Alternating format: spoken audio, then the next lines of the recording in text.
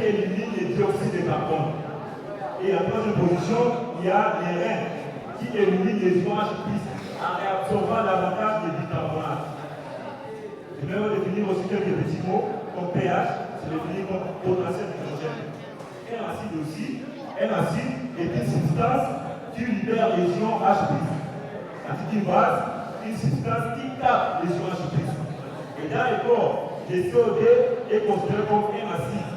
Parce que quand le CO2 va entrer dans le sang, et parfois les poumons ont du mal à éliminer suffisamment le CO2. Maintenant, le CO2 à son tour va réagir avec l'eau.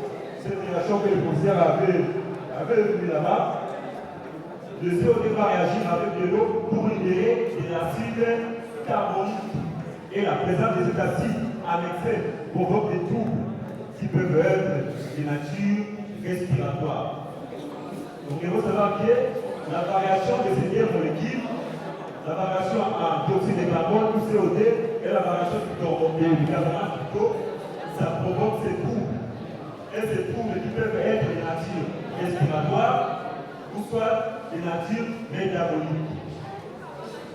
Malgré ces variations, il y a aussi ce qu'on appelle des mécanismes de compensation.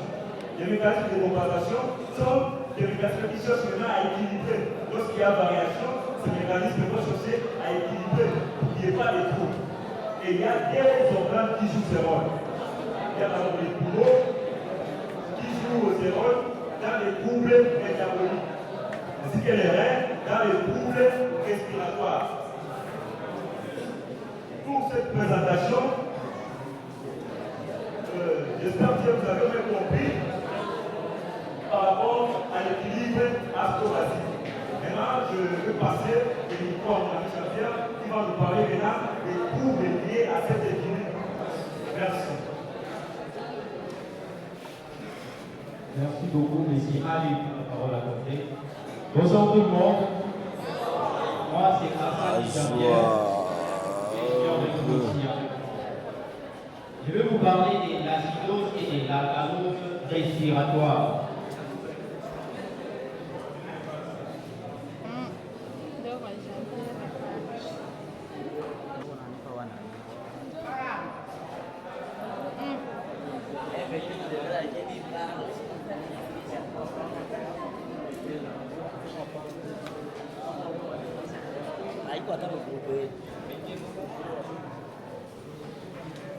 Nous savons très bien que les pH normales du corps humain se dit 7,35 à 7,45. En dessous de 7,35, il y a augmentation du CO2.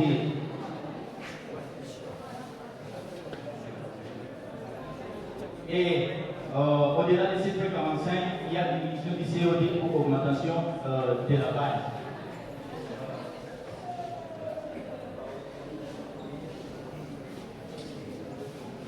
C'est justement cette partie que je vais vous expliquer de l'alcalose et de l'acidose respiratoire. Quand est-ce qu'on parle de l'alcalose et de l'acidose respiratoire?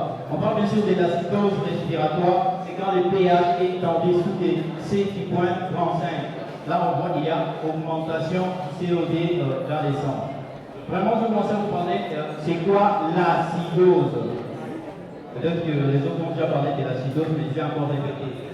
L'acidose, c'est l'augmentation du pH dans le sang.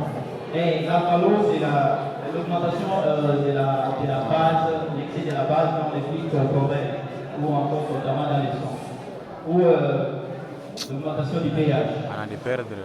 Pour ne pas beaucoup perdre de temps, je vais aussi parler de l'acidose respiratoire. On parle de l'acidose respiratoire, c'est quand les poumons sont incapables de libérer assez de CO2. Alors c'est là que nous observons une grande quantité de CO2 dans les sangs qui fait assez que le pH puisse chuter et que la ventilation aussi chute. C'est pour cela qu'on parle d'hyperventilation dans les sangs lorsqu'on parle de l'acidose respiratoire. En parlant aussi de l'alcalose respiratoire, c'est quand on a au-delà de 7,45, quand le pH varie au-delà de 7,45. Là, il y a déjà un déséquilibre dans le sang. C'est pour cela qu'on parle des